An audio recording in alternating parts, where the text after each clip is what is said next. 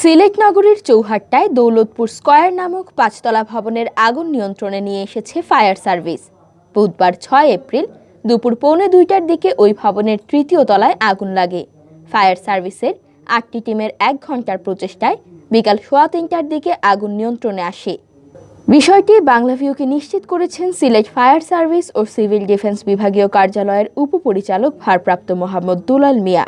তিনি জানান, বেলা ২টা ৫ মিনিটে খবর পেয়ে দ্রুত আমাদের তালতলা স্টেশনের ২টি ইউনিট ঘটনাস্থলে পৌঁছে এবং আগুন নিয়ন্ত্রণে দ্রুত কাজ শুরু করে।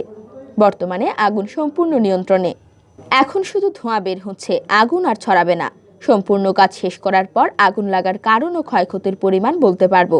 প্রত্যক্ষদর্শীরা জানান, দুপুর ১:৩০টার দিকে দৌলতপুর স্কয়ারের ৩য় তলায় আগুন দেখা যায়। তৎক্ষণাৎ ফায়ার সার্ভিসকে খবর দেওয়া হয়। ২:৩০টার দিকে ফায়ার সার্ভিসের ২টি টিম এসে প্রথমে ৩য় তলার যে কক্ষগুলোতে আগুন লেগেছে সেসব কক্ষের গ্লাস ভেঙে দেয়। পরে পানি দিয়ে আগুন নিয়ন্ত্রণে নিয়ে আসার জন্য কাজ শুরু করে তারা। একটু পর ফায়ার সার্ভিসের আরও ৬টি টিম তাদের সঙ্গে এসে যোগ দেয়। দৌলতপুর স্কয়ারের নিচতলা ও ৩য় তলা পর্যন্ত বেশ কয়েকটি ইলেকট্রনিক্সের শোরুম রয়েছে এবং ৪র্থ ও ৫ম তলায় আবাসিক ব্যবস্থা রয়েছে বলে জানান স্থানীয়রা। এখনো কাজ চলতেছে, আমরা আগুনটা সম্পূর্ণ নিয়ন্ত্রণে রাখছি। আমরা ইনভেস্টিগেশন করার পরে আমরা এর ক্ষয়ক্ষতি এবং কারণ সম্বন্ধে আপনাদের বলতে পারবো। কয়টা ইউনিট কাজ করবে? আমাদের এখানে 8টা ইউনিট আছে।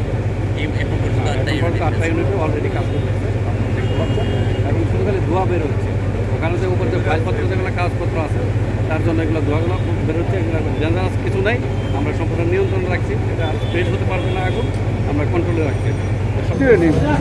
আমরা এসি বাসে পাশ মাসতে ও আপনার তাড়াতাড়ি আমরা লাভ নিয়ে আসছি, তারপরে আর কোনো ক্ষতি নেই।